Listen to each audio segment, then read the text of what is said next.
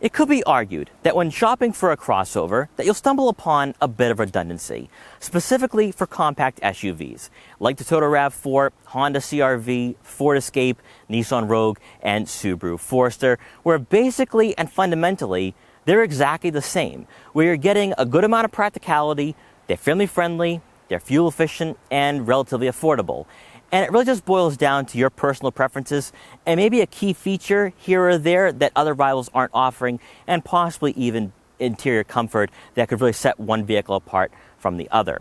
But when it comes to the mid-size segment, that's where you're not going to experience the same redundancy, because you'll be finding vehicles that are sporty, that are upscale, and possibly even rugged as well. I'm sitting next to the 2022 Ford Edge, a vehicle that does take on the characteristics of being sporty, a bit more athletic, but also more importantly, being a bit more refined and upscale as well, where if you are looking to upgrade from your Escape, the Edge is a great option, a great go-to vehicle that gives you a bit more practicality, a bit more interior comfort, but also, I think, better handling as well. The Ford Edge has been with us for some time now, in fact almost 15 years, and is one of the first vehicles to make its way into the segment to take on the Nissan Murano. Now, with new rivals emerging such as the Chevrolet Blazer, Volkswagen Atlas Crossport, and Honda Passport, the Edge has been able to hold its own. But that's why I am here. I want to see how the Ford Edge compares to its rivals, and also see if you are looking at buying a mid-size crossover, you want to maybe upgrade from your Ford Escape, or just looking for a vehicle that is comfortable and family friendly, then maybe taking a look at the Ford Edge might be a great decision. Now, before we get in this video, I want to give a huge shout and thank you to Acton Ford in Acton, Massachusetts for allowing me to do this review. Their link will be in the description below, so you can check out their extensive Ford inventory. Also, before we get started, make sure to hit the subscribe button and click the notification bell so you're notified every time a new video goes live on the channel. And so, without wasting any further time, let's get right in this review. For years, American consumers have generally upsized with the growth of their families, or simply put, larger crossovers can provide a lot more in terms of driving pleasure, interior space, and overall quality. The Ford Edge, despite being the middle child in the lineup and finding itself between the popular Escape and Explorer, has consistently found success of its own for over 10 years by being fun, comfortable, and a great value, especially when cross-shopped against the competition. While being marketed as a sportier crossover in the Ford family, it also doubles as being the more refined and family-friendly vehicle that buyers may find better suits their lifestyles compared to compacts that sometimes can be a bit too small and lacking the creature comforts. Starting off with pricing, the Ford Edge we have today is an SEL, coming in at just under $39,000. But we do have additional packages and features equipped on this model that we'll get into later on. Where this crossover complements the lineup is with its size, as it's providing a more spacious interior compared to the Escape, but doesn't have the extremely long and wide exterior dimensions that we see for the Explorer. For buyers on the fence about whether the Edge is worth paying extra for over the Escape, and wondering if upgrading to a midsize over a compact might take away from maneuverability and confidence when driving around town, the Edge is only 2 inches wider. However, it will be 8 inches longer. This will have a profound effect for passengers and overall practicality, which that alone may entice you away from a smaller vehicle. When it comes to versatility and off-road capability, the Edge will have right around 8 inches of ground clearance, which should be enough to take on unplowed roads during the winter. For 2022, the Edge's road presence hasn't been altered much, as the last significant update was a few years ago when the ST trim was introduced and incorporated into the lineup. With that said, this model does have the Sport appearance package, adding carbonized gray accents found throughout the front fascia, pillar black horizontal bars for the grille, pillar black side mirror caps, and 18-inch carbonized gray aluminum wheels wrapped in all-terrain tires. Being built on the same platform that underpinned the now extinct Fusion, the exterior design resembles the family sedan it's closely related to, as its rounder front end and athletic design fits its sporty nature. By opting for the SEL, you'll have LED daytime running lights and LED fog lights to provide better visibility at night, while also keeping the Edge looking modern and up to date. Then coming around to the back, the Ford Edge's lack of squared-off body lines is likely one of the reasons why it's drawn in buyers who may not have purchased a crossover in the past. Unlike the Escape, the Edge is going to appeal to a wider range of consumers, where on the lower end its on-road demeanor is sleek and streamlined, but for those looking at the ST, its trendy sportback rear fascia will inspire enthusiast-focused driving habits. As we see on other trims, the dual exhaust outlets are tucked under the bumper for a cleaner appearance, and capping off the road presence for the Edge, you have full LED taillights for a classier look at night. One cosmetic feature that does go unnoticed until you get up close to the Edge is the gloss black accents that outline the rear window, which does add a nice color contrast on this model. Under the hood, the Edge is powered by a 2-liter turbocharged 4-cylinder engine that puts out 250 horsepower and 280 pound-feet of torque, and is paired with an 8-speed automatic transmission. While not the peppiest in this segment, it will outclass some rivals with similar powertrains, but most likely if ride comfort and a softer suspension isn't your top priority, then the ST with the 2.7-liter V6 will be a better fit for your driving style and be more exhilarating when cruising on back roads. Made standard for 2022 is all-wheel drive, as in the past it was optional, and most likely, with this being a crossover, you want that year-round versatility. For fuel economy, you're looking at right around 21 miles per gallon in the city, and 28 miles per gallon on the highway. Stepping inside, you're greeted by Ford's Active X seating material, as this model is equipped with the Sport Appearance package, replacing the cloth seats that come standard for the SEL trim. Up front, these seats are heated and power adjustable for both the driver and passenger. For those wondering what the benefits are in opting for the Active X seats, this upholstery is far easier to clean, and if you do plan on having some outdoor adventures, you don't have to worry about ruining the interior. They're also quite comfortable as well, and certainly worth the upgrade. In front of you, you'll have dual digital information displays on either side of your analog speedometer, and by using the buttons mounted on either side of your heated steering wheel, you can scroll through a variety of information and customize what you see on the left, while also accessing safety settings where you can turn them on or off. A highlight for the interior and integral part of transforming the cabin is the 12-inch touchscreen, with Apple CarPlay and Android Auto compatibility to go along with onboard navigation.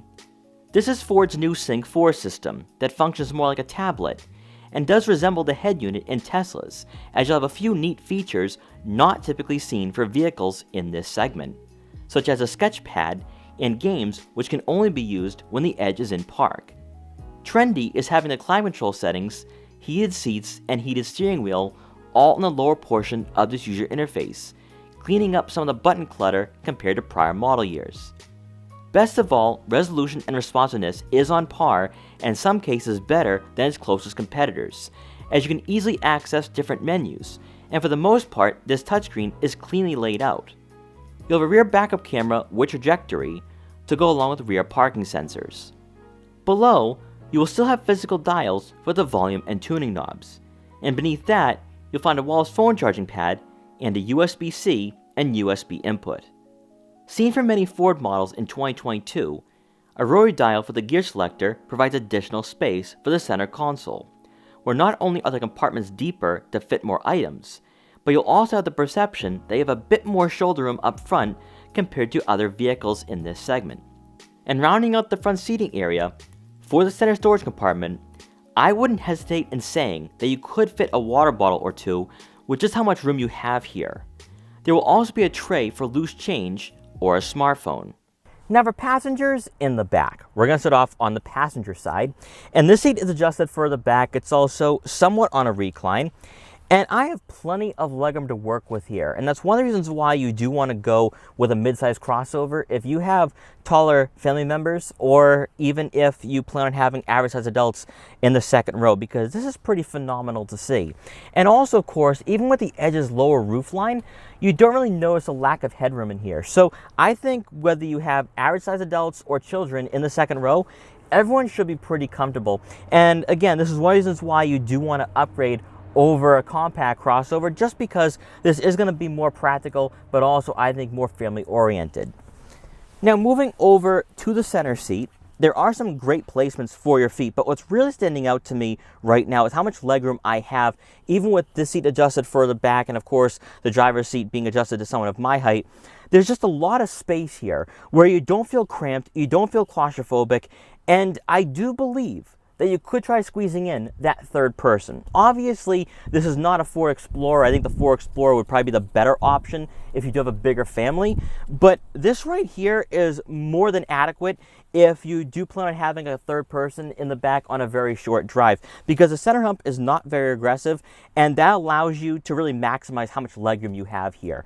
And then also with the Edge being a little bit wider than the Escape, I think you're going to have a bit more shoulder room as well. So this is really great to see, but honestly though, the Ford Edge really is a vehicle designed for just two people on the back, but I do think that on a rare occasion you could try squeezing in that third person. And then on the driver's side, I adjusted the seat to someone of my height, around 5'5", and I have plenty of legroom to work with here where I can just relax and enjoy the driving experience.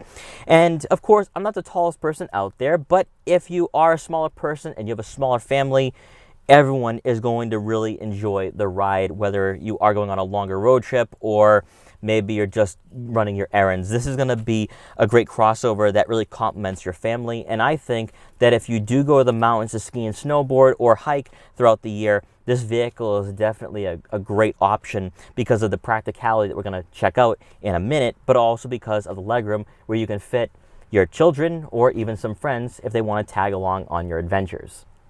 Also back here, you will have two rear air vents. Now we do not have heated seats on this model. You have a USB-C and USB input to go along with a three-pronged outlet.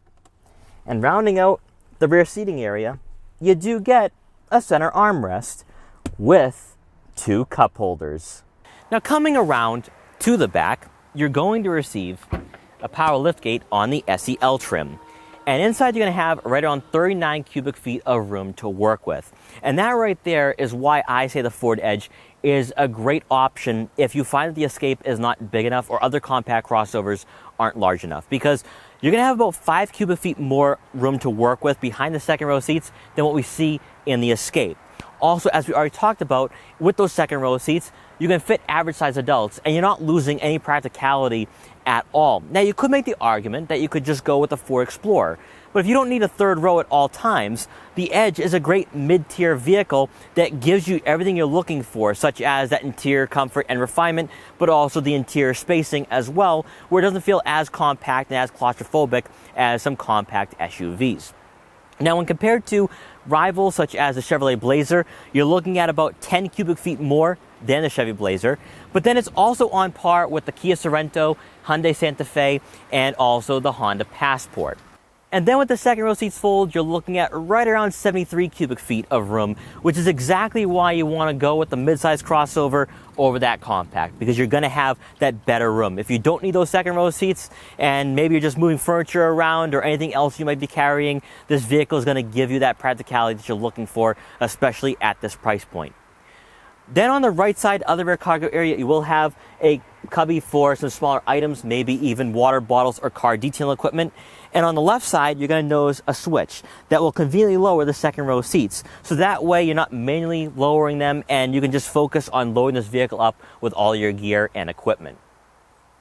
And then once you're done, just press the button and the liftgate will close automatically. When you're looking at buying a crossover in the mid-size segment, you have to ask yourself one important question, and that is, what exactly am I looking for in my next daily driver? Because unlike compact crossovers, the mid-size market has different characteristics and really individualized experiences where you're going to have a sportier feel with the Edge, the Blazer, the Atlas Cross Sport, and then you're going to have more of the rugged vehicles like the Honda Passport and a few years ago the Jeep Grand Cherokee, because the new Grand Cherokee has really gone a bit more upmarket and is really upsized substantially. Then also you have more of this upscale feel that you can definitely experience that with the Edge on the higher trims that you're going to notice with the Kia Sorento and the Hyundai Santa Fe. But with the Ford Edge, and if you are seriously looking at buying one and you're kind of cross-shopping it with a Ford Escape, here's the few key differences and also one of the advantages to going with the Edge.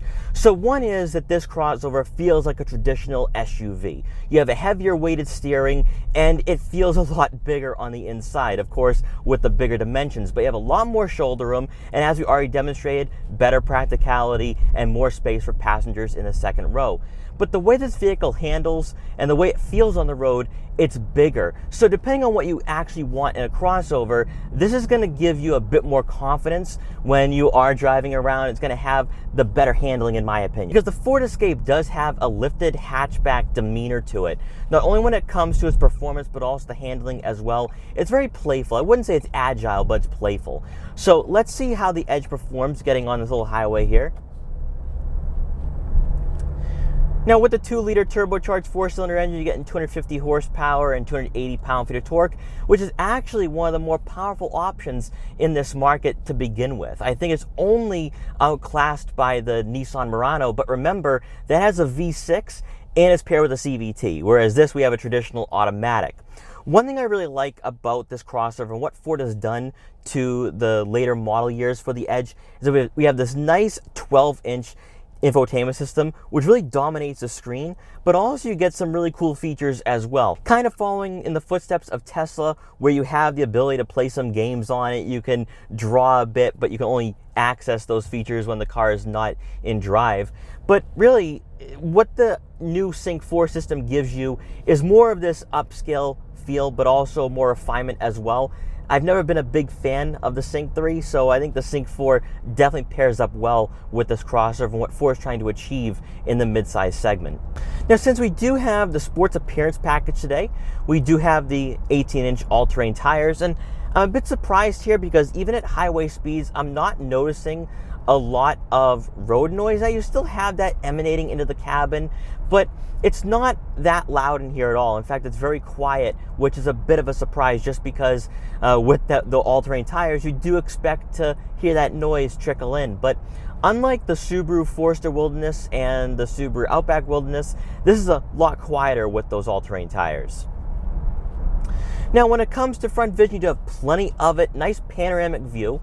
A-pillars are very aggressive, actually, so you might notice a bit of a blind spot there in certain situations. Side mirrors are placed in a good spot, and I can see what's in my blind spots. And then looking out back, the headrests are not in my way, so rear visibility is pretty good. Now, continuing on with the advantages of going with the Edge over the Escape is what you are going to love here is the fact that the Edge is more refined in a variety of ways. So one being the fact that the suspension is very forgiving, very soft, even with the 18-inch all-terrain tires.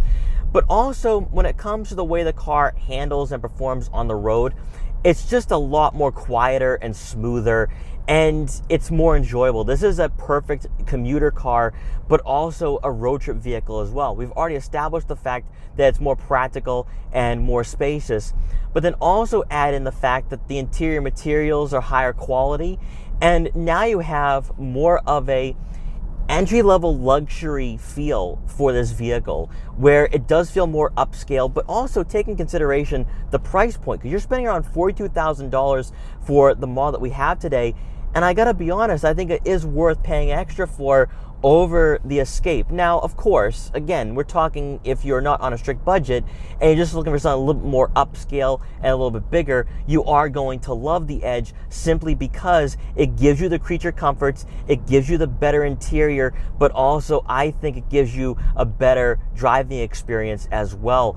Just because we had a turbocharged 4-cylinder engine right off the bat, it pairs up very well with this vehicle where I'm not begging for more. Sure, as an enthusiast, I would love to go with the ST, but from a daily driver standpoint and what you're going to be experiencing on a daily basis, I think this is more than enough. As I discussed during the intro of this video, the Ford Edge is giving you a nice balance between being sporty and also a bit more upscale as well. And I think that's why so many buyers still look at this vehicle as being appealing, even though Ford hasn't changed its crossover much over the last 14 to 15 years, where fundamentally it has remained the same. And Ford has this uncanny ability to create a vehicle not touch it for a decade, and it's still popular.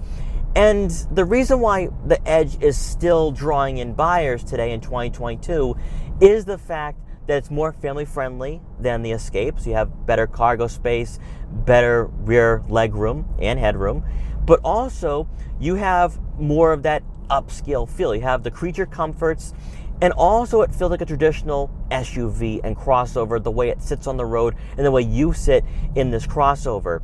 And I might be going a little overboard here, maybe a little out of line, but I don't mean this in a literal sense.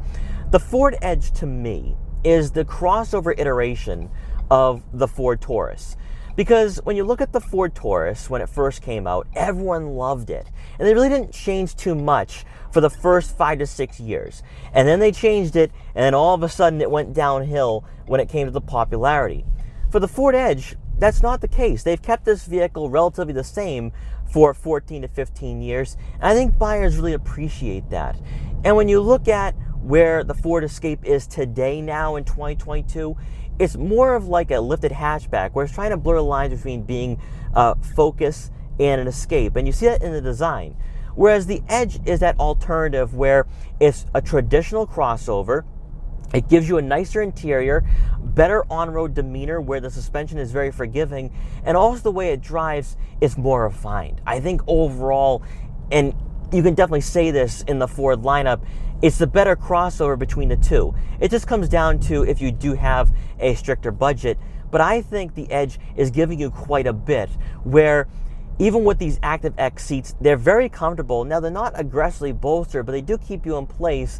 And really, I think that overall, that this vehicle is more comfortable, it's a bit more upscale, and that's exactly what it's been designed to do. So even though I think you could look at competitors and say, well, you know, the Kia Sorento and the Hyundai Santa Fe are a bit more luxurious, have better technology, but I think at this price point, at around $42,000, what the Edge is giving you is a nice balance, where yes, you have a 12-inch infotainment system that does replace some of the old school layout and the analog feel, but you don't have so much technology where you stepped into a vehicle that is too futuristic, where you're going to be like, wait a minute, this is going to be a big learning curve.